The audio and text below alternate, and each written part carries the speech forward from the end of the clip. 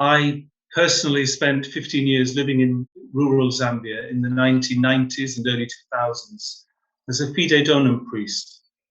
Whilst I experienced nothing like the horror of what is going on in Tigray at the moment, I got a taste for Africa and a love for the continent and the people.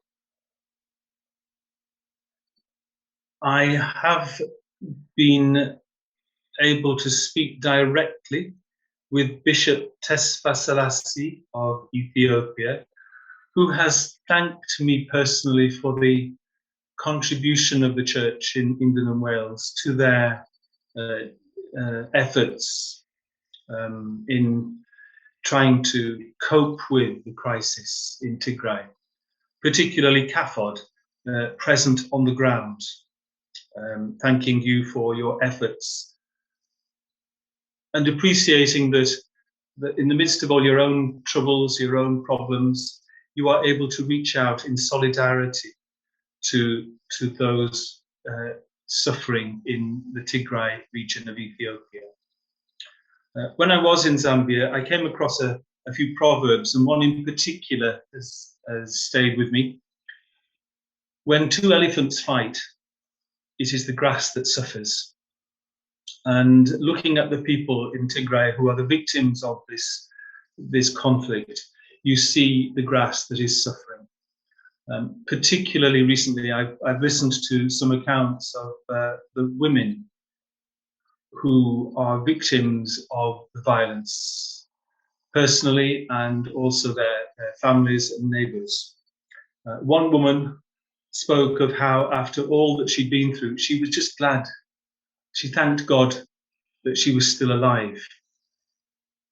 But then as I listened to some of the others who have suffered rape and physical violence at the hands of the soldiers, they didn't say these words, but you could hear them saying, "I wish I were dead." How can their lives have a future after what has happened to them and their homes and their country? Jesus tells us that prayer, fasting, and almsgiving are the weapons we use. So Mass is important and essential, but we need to go beyond that. We wonder where God is in these situations. And we remember that the Word became flesh and pitched his tent among us. Christ is in the crisis. As we approach Holy Week, the Passion, the Cross, the resurrection of Christ, let us remember that as we celebrate Easter Sunday, many people, especially these people, remain at the heart of the Passion.